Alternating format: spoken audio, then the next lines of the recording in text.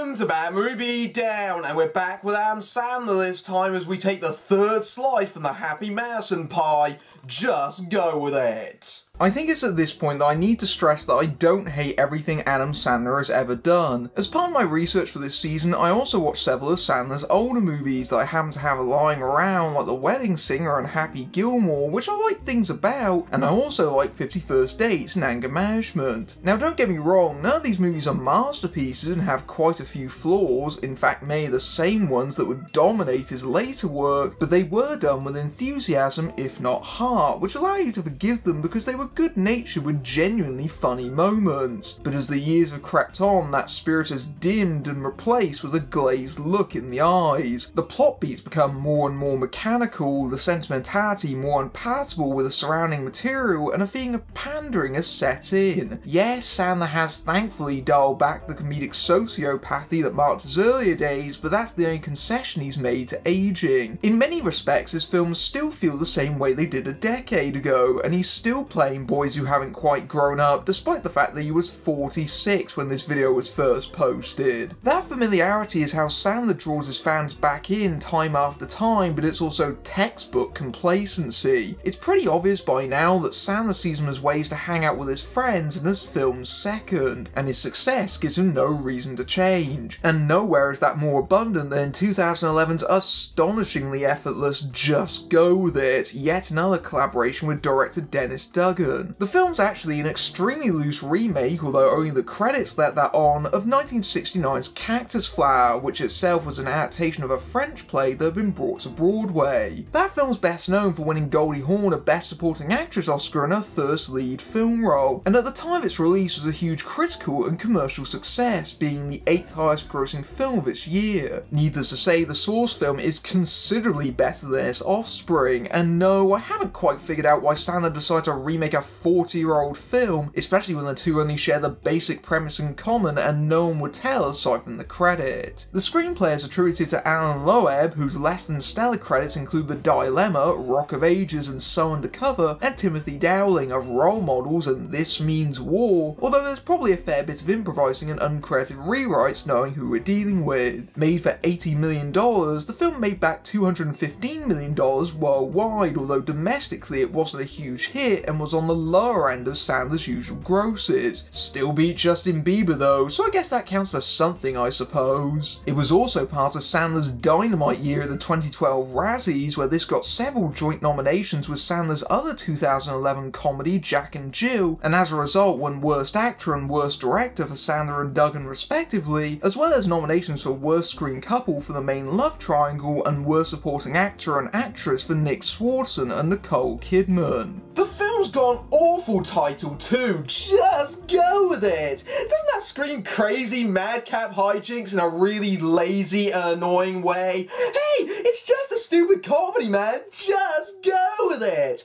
Well, no, actually, I'm not going to go with it, thank you very much. The film opens with our lead character Danny Maccabee, played by Adam Sandler, with a gigantic fake nose that I really hope isn't a tribute to Walter Matthau on his wedding day in 1988. Overhearing that Veruca, played by Sandler's real-life wife Jackie, is actually a manipulative cow who makes fun of him when he's out of the room and is already cheating on him with another man, and Danny calls the whole thing off. The object of this sequence is very simple. Make us feel sorry for poor young Adam Sandler having his heart stomped on by some cruel woman. But he's got a giant schnoz too, so it's okay to laugh at him as well. As Danny visits the bar that night, a hot woman played by Minka Kelly comes in and notices his wedding ring, which has an unusual effect. How long you been married? I was gonna tell her, I really was. But I didn't want her to know what a loser I was, so I stretched the truth a little. 6 years. My wife says I work too much, trying to provide for her shopping addiction, and crack. Poor guy. You wanna get out of here? And so I discovered the power of the wedding ring. The symbol of my humiliation had become a tool to get back on the horse. So basically, the implication is that women love married men because they're respectable and gentlemanly, and that's why they'll jump their bones to have an affair with them. I'm sure women love romantic comedies that depict them as liars and home wreckers. And apparently this tactic works extremely well for Danny because he's been using it to manipulate, seduce women for 23 years, all while avoiding the pain of commitment, painting himself charmingly as a victim of domestic abuse because it's funny when that happens to a man. There is no amount of sympathy in the world for a guy who spends 2 decades exploiting women by making them think it's okay to have sex with a married man. Not only is this guy a massive prick, but he's become exactly the sort of person that his fiancée cheated on with in the first place. Of course, the movie doesn't even remotely consider that. It's at this point that I should probably compare this to the original. Yes, Walter Matthau's commitment-phobic dentist Julian Winston claims to be married with 3 kids to Goldie Hawn's Tony to try and prevent their relationship becoming serious, and he treats her quite badly, but you know what? The movie doesn't try to plaster over these faults, including Julian himself, who acknowledges by his own admission that he is an arsehole. I'm a bastard. Biggest bastard in the whole world. And more to the point, he only does this to one woman. It wasn't tens of women over the years, which makes him more of a sexual opportunist than a victim. Danny could have stopped using the ring at any time. And just to add salt into the wound, Danny works as a plastic surgeon rather than a dentist, so he's a rich and successful bumhole too, especially after getting his hooter fixed. You are aware that just because Danny's in that profession doesn't mean he actually did the nose fixing himself, right? Because that's kind of what you implied there. I'd imagine that'd be somewhat difficult. Again, because they're trying to play Danny off as a nice guy, he's positioned as someone who fixes other people's botched surgeries out of the goodness of his heart. You know, while we can still make cheap laughs out of wonky CGI eyebrows and lopsided boobies. Let me just pull it down for a sec. And I let go. Okay, shoots right back up there. I'm sorry. Sorry about what? Oh my god! Oh, sorry, you gotta watch that. It's gonna just get caught in your hair. But seriously, are you available for my kid's birthday party? I'm sorry. See, with Dr. Maccabee's treatment, you get a free amateur stand-up routine at your expense. Just add a few more knocks to your dented self-confidence. I always say that laughter is the best medicine, after all. Jennifer Aniston plays the role of Danny's assistant Catherine, which is a role filled by Ingrid Bergman in the original. In the earlier film, Bergman's Stephanie was a woman who nursed a crush on her employer, unaware of his womanizing and hiding behind her dowdy professionalism, and they did a fine job portraying her that way. It is she who is the cactus flower of the title, who, like her potted cactus, comes into bloom as the farce encourages her to embrace her inner free-spiritedness that makes her become attractive to Julian. In the remake, Catherine is not only aware of her boss's deception, but she actually already has chemistry with Danny and they joke around with each other. Yes, I know it's obvious who's going to end up with who by the end, but it doesn't need to be this obvious. She's Jennifer Aniston playing the same attractive mom woman that she always plays. And just because you put her hair up and put glass on her does nothing to hide her obvious charm. In fact, the question isn't how has Danny not nursed her before as it should be, but more why haven't they hooked up together already? Oh, and Catherine's also got kids whose roles are greatly expanded here. There's Shy Michael, who wants to go to Hawaii to swim with the dolphins and has to poo a lot for some reason, but most infuriatingly, Bailey Madison's Maggie wants to be an actress. Please be polite and say hello to Dr. Maccabee. Hello, Dr. Danny. How is you today? Is that my associate, Dr. Doolittle? Why is she talking like that? She's been working on some accents. I am taking an acting class this summer, I is. Gonna be the next Miley Cyrus, I am. Wow, these kids are precocious and so very, very annoying. Now, I don't like to be harsh on child actors because they're only doing what they're told after all, but every second she does a Mary Poppins impression, it's like nails on a chalkboard. I feel as though the filmmakers should first apologise to her, then Britain, and then the world for this atrocity they've committed. Can I make a Devlin? Sure, down the hall. What does that mean? A friend of mine who was in my sorority in college named Devlin Adams, and, well, I wouldn't say friend, I'd say more my nemesis. I just got so tired of the kids saying things like, I gotta take a crap. So I told them it was called making a Devlin, and it stuck. Gee, I wonder if this is a transparent setup for later in the movie. It's so drawn out, laboured and laugh-free, I honestly couldn't tell.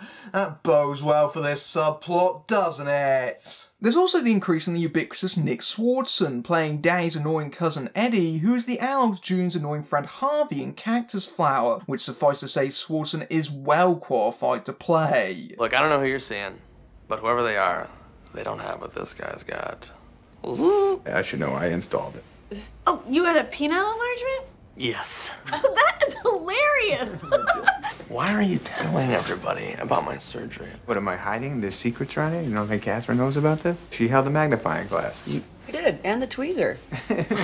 real nice. Jokes about having a tiny penis and a subsequent enlargement? Someone was practicing for their role in Bucky Larson Born to be a Star, weren't they? That's all Nick Swardson had a very telling obsession with micro-penises, apparently. At a house party, Danny encounters Palmer, played by Brooklyn Decker, an absolutely gorgeous young woman who he immediately hits it off with and doesn't require his ring to do so. Ahem. Oh, and she's a teacher, so she's got brains behind that beauty. I've never hung out with a girl your age. This is nice. Oh no, you first lie to me. You're good. I've never hung out with a girl your age and connected. See, I can tell when you're lying and when you're telling the truth. Yeah, she's so smart and so connected with Danny that she's hard to dupe. Boy, is that line gonna bite them in the arse later. Having fairy tale sex on the beach right after maybe knowing each other a whole hour or two, the kind that I'd imagine gets sand in sensitive crevices, Danny ends up in trouble when Palmer finds his wedding ring in his pocket and ironically thinks that he's some kind of married scumbag. Ah, close, but no cigar. But because she's all smart and stuff, Danny knows that she must be the one or some shit and continues trying to pursue her, telling her that he's going to get a divorce. I signed the papers in a couple of days and she's dead to me. What's her name? Devlin. Her name's Devlin. Isn't that a shitty name? Devlin and I are splitting up. Cause I caught her cheating. The television show Cheaters caught her. There's another man? Dolph Dolph. Lundgren. Like the guy from Rocky IV? Apparently if you bring that one up, this one gets really angry, so don't. What a completely truthful, totally 100% bullshit-free story that doesn't have a million holes in it. If this is real life or she was a consistent character, you'd be able to see right through this. But hey, just go with it because the plot says so. Okay, she doesn't completely swallow it as she asks to meet his non-existent wife just as in the original. Going back to that, the reason the whole scam was going on in Cactus Flower was because Tony attempted suicide because of Julian's selfishness, and it was a wake-up call to actually get serious and marry her. In fact, they've been together for a year when that film starts, not just one night. Although, that being said, it was probably a good idea to omit the suicide scene from Sandler's version, especially given how they'd likely handle it. So naturally, Danny has to bring Catherine in to play his fake wife, and even she points out the fact that Pa will eventually realise she's an assistant if she ever pays a visit. Never mind, let's have a montage of gaudy, overpriced designer label product placement. Oh my god, these are gorgeous. How much are these? $1,700. My parents' house cost $1,700. No. Actually starting to feel not so hot. Is it warm in here? Not sure I'll be able to make it this evening. Very good. Okay, you know what? We'll take them. Okay, then I would like them in blue too. You sicken me.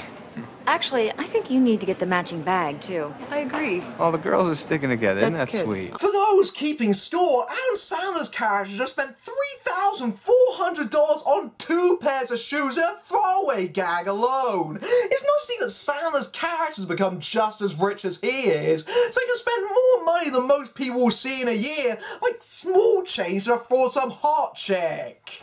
Hell no. No what? No hope. Your hair is so messed up. It's dull. It's dead. It's flat. Don't forget smelly. It don't smell I think we particularly. got it. Do something. I could do- so hey, we can be home. And Hurricane I can get out of Katrina here. could do something, baby. I'm gonna do something transcendent. Are you fucking kidding me, movie? Are you trying to tell me that Jennifer Aniston's hair is a complete mess? You know, the one that actually has a haircut named after her. That looks no different than usual? Oh shit, she might have to use a hairbrush. That's transcendent right there. So Catherine pulls up looking like, well, Jennifer Aniston, and her hair isn't that much different at all. What a shock. The subsequent life spree that follows all that is just dead. And you know what that means? Jokes about pee and poo, the old Sandler reserves when they literally can't think of anything better to do. Catherine manages to pass the test right up until she answers a phone call from her kids, which means that Palmer thinks they belong to Danny and naturally wants to meet them too. Now brace yourselves, people, for some of the most ridiculously obvious product placement I've ever seen.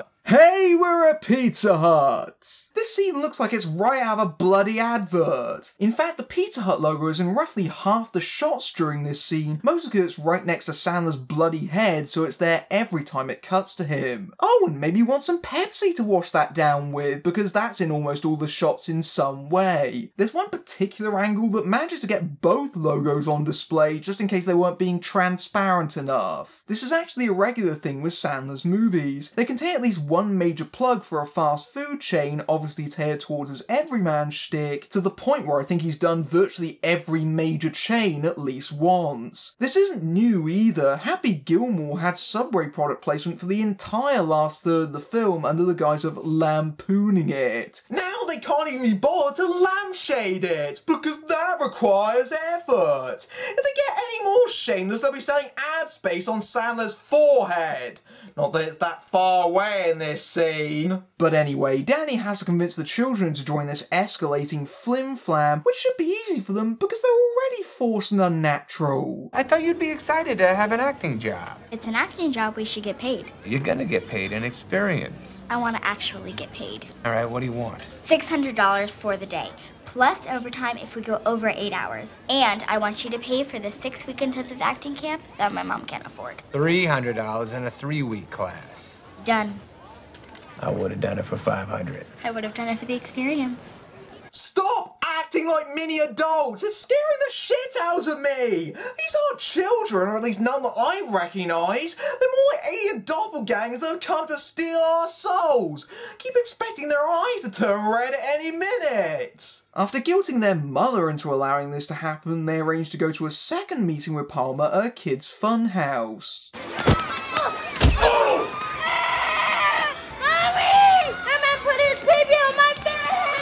What?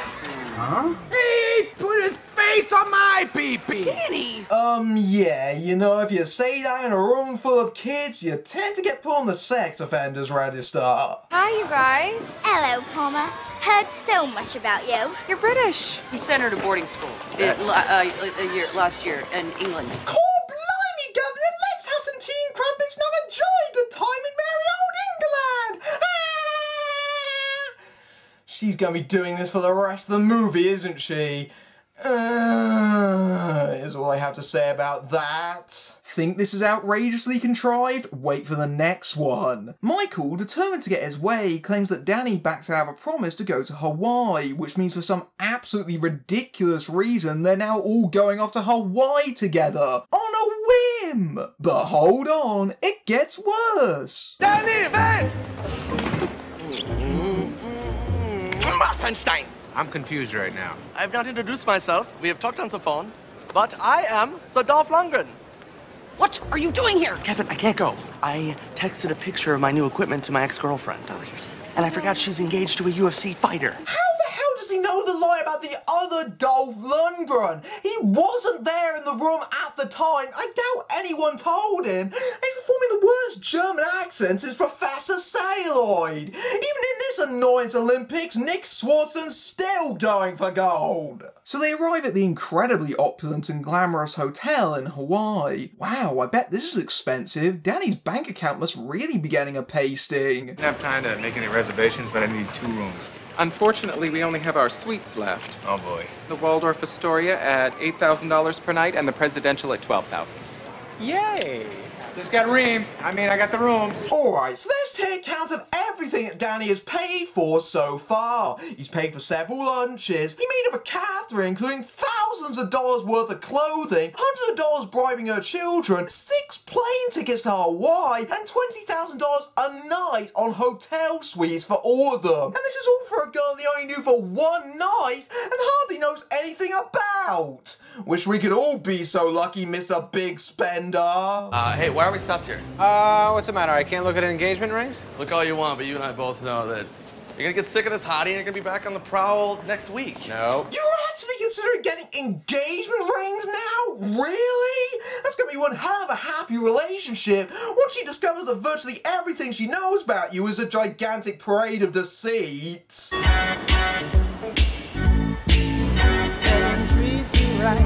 Yeah, I would create a fake family for that. Oh my God! Their relationship is entirely based on the superficial, and so too is the film. Funnily enough, this scene, rewound several times over, was the ad they showed for it at the Super Bowl. Hey men, come to see this movie. It's got a hot chick in it. Who cares what it's about? Just go with it. Rated PG-13. But then again, contrary to the early establishment of intelligence, Pa must be the biggest idiot on the face of the planet to accept this torrent of manure. So what line of work are you in? I am in sheep. I don't know what you mean. I am a sheep shipper. They go on the interweb to my website, gotprettysheep.com. The new thing is training them to fight each other in the sheep fight club. Sheep fight clubs? They get together, you know, they say ba, and all you hear is ba, ba, ba, and then you say hoof kick, ba, and then he's out. I can tell when people are lying! Nah, just kidding, that was a blatant lie. Forget I said that. Why the hell do you choose a job about sheep, of all things? And how is she this gullible? Are you really sure you want to get hitched to someone this stupid? Like many members of the audience, Catherine cannot take any more of this. Oh honey, there's another hour of this horse shit. Luckily there's someone to help with that, as by the power of sheer coincidence, it turns out that Catherine's much despised Devlin is also staying at the hotel, played by Nicole Kidman, who was considered to be such box office poison that her role was hidden in the advertising. Devlin takes time to show off her husband in Max Tone Graham, played by musician Dave Matthews, making his third Sandler film appearance, and Catherine gets the lying bug too, claiming that Danny is her husband. The thing with a farce is that it requires precision timing and snappy pacing to make sure the complications happen so thick and fast that we don't get time to think about it. But just go with it is so tedious, we can't help but think about it to pass the boredom. It shows all of Dennis Duggan's faults as a comedy director, namely that he doesn't. It's around this point, roughly an hour in, where any semblance of a plot goes by the wayside. This is likely because many of the things that took an entire film to happen in Cactus Flower, including Catherine's transformation, have already occurred by this point, so the only real thing left to do is the lie being discovered, and they're obviously not going to do that yet, even when a delve into a montage of the family exploring makes it clear they have no idea how to take these astronomical extremes even further. Hey, what are you guys doing? The bridge can only handle one person at a time.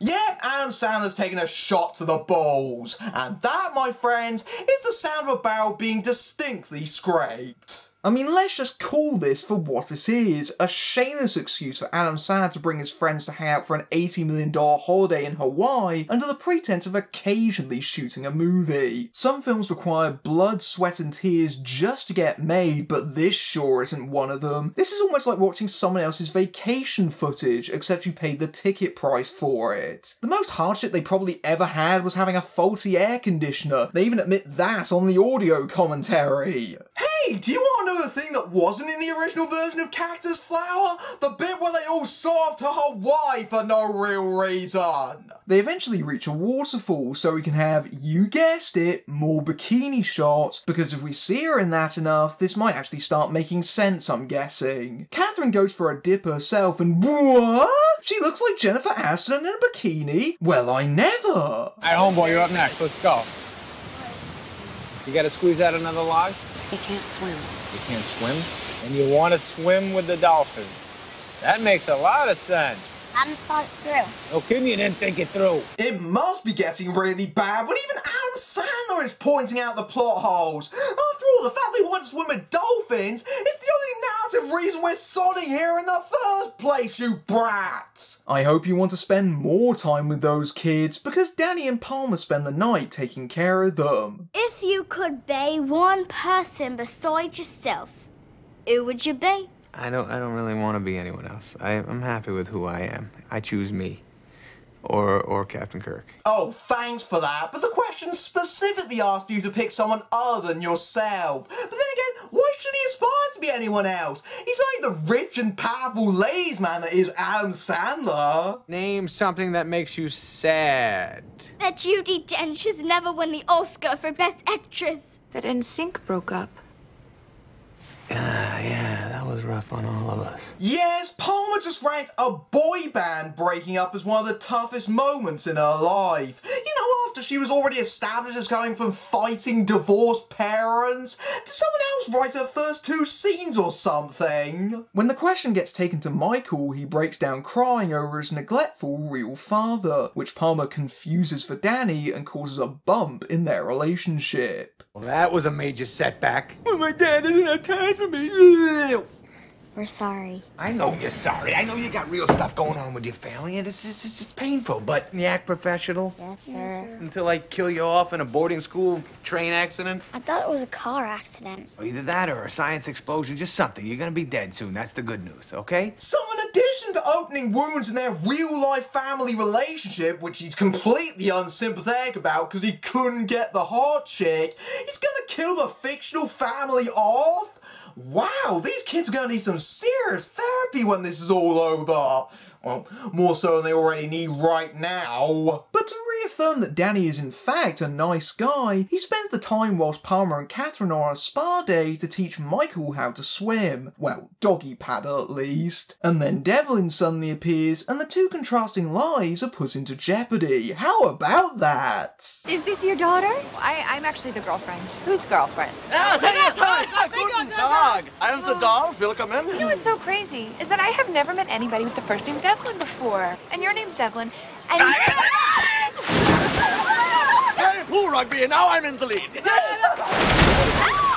Oh, she's trying to beat me, but she won't. No one can. For goodness sake, stop draining that poor woman so you can keep up a deception that she's going to find out about eventually anyway.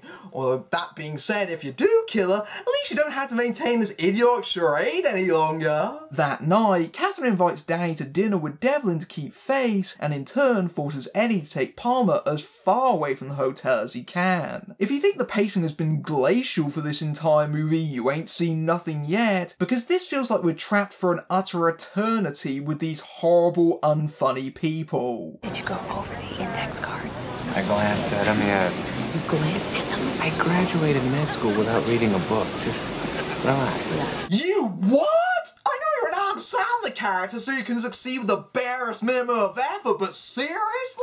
I hope you don't tell your patients that before you slice them up. So, Danny, you're a plastic surgeon. Yes. Very convenient for you, Catherine. Nah, this girl's had nothing done. What about me? What would you do to fix me? Nothing. I wouldn't do a thing to you. Nothing. You're too sweet. I mean, they already took too much fat out of your arms, but that's what sleeves are for. Nicole Kidman in a movie about a plastic surgeon asking if she needs any work done. Given Kidman's reputation, I'm not sure if I'm supposed to be laughing at her or with her. It's really awkward and uncomfortable, like my laughter is being held hostage. And if you think that cutting to Eddie and Palmer will be any relief, don't. Because by the 6 billionth contrivance, Eddie as Dolph has to resuscitate a sheep because that was the whole reason for the sheep shit earlier. As Swanson pounds on that stuffed sheep to desperately add CPR to this lifeless comedy, you realise that Rob Schneider got off very lucky indeed. Needless to say, this whole thing is very bad. Oh, I'm sorry.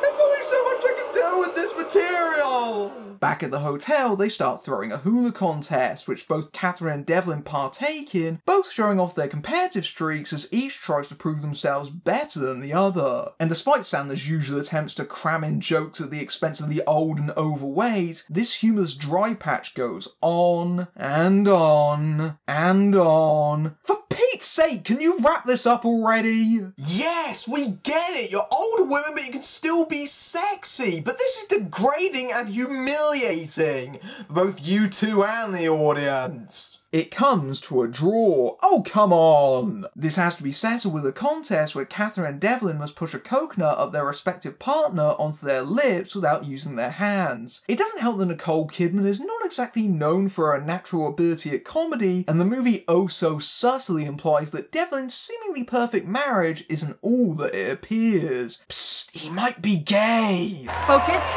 Take it slow. Take it slow. He's got it! Oh, that's not fair. No, that's a clean pickup right there.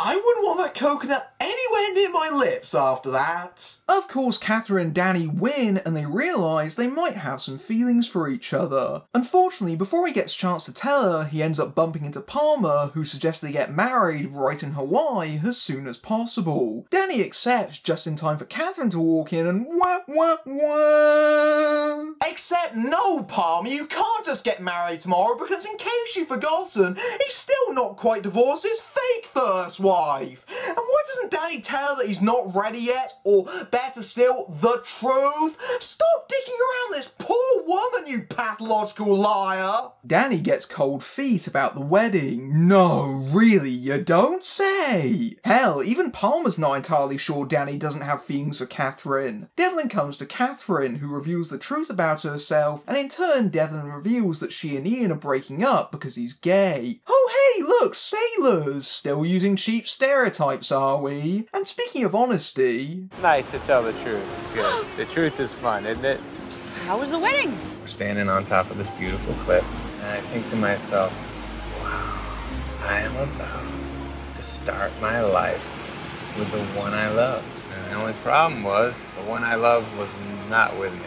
So you didn't? I couldn't. And that's it! The pivotal scene where Danny decides to end his own chain of lies is completely off-screen, even though it's the resolution to the main storyline! What a cheap, cowardly cop-out! In Cactus Flower, once Stephanie lets slip to Tony the truth, the previously ditzy Pixie shows some intelligence of her own and plays Julian at his own game, by claiming that she's cheating on him with a young next-door neighbour and his rival Igor, managing to break away from Julian whilst not once allowing him to realise that she knows his secret until he gets told later and makes him feel the pain that he previously did onto her. It's a clever and witty solution to the issue that suitably punishes Julian for his actions while at the same time clearing the way for him to get with Stephanie. But we can't have that in the remake because consequences are icky, and we can't have anyone not thinking that Sandler's character is a great guy, as opposed to the bastard he really is. In fact, they did actually shoot the wedding scene, the subsequent confession, as the set photos show, but they cut it, likely for the reasons that I said, but it's conspicuous by its absence from even the Blu-ray's deleted scenes. And this extends to the debris-free happily ever after in the epilogue, which sees Palmer being paired off with an NSYNC fan, played by Brooklyn Decker's real-life husband, Andy Roddick. Danny and Catherine naturally get married, and Alan Covert appears as a friend playing bass with a giant soul patch. He may only appear briefly at the end, but I've had to put up with Sandler going on about that one bloody thing for almost the entire movie. I'm not gonna mince words here. I hated this wretched movie and everything it represents. Just Go With It is horrible in almost every way, which makes it hard to know where to start. How about another insufferably smug, self-centered performance from Adam Sandler, rivaled only by the infuriating Nick Swardson and those creepy pod people children? How about the naked cynicism of setting your movie in Hawaii for no reason other than a paid holiday? Or the sheer idiocy of the plot that the title itself seems like a taunt to our suspension of disbelief? Oh no, let's lay it right down at the feet of director Dennis Duggan, whose work is especially awful here. He has no flair for the material, no connection, no nothing. For a guy working and directing comedy for 2 decades, I don't understand how he can air a movie this witless and overlong. This doesn't need to be just under 2 hours. The only thing I liked was Jennifer Aniston, who is so down to earth and is the only believable character that she doesn't so much anchor the proceedings as seem to be in a different universe entirely. This is a terrible sitcom episode stretched to feature-length purgatory, and I found it close to utterly unbearable. Listen, I don't mind if you have fun with your friends making a movie together, but can you at least make it watchable for us lowly peasants who have to watch the putrid end results?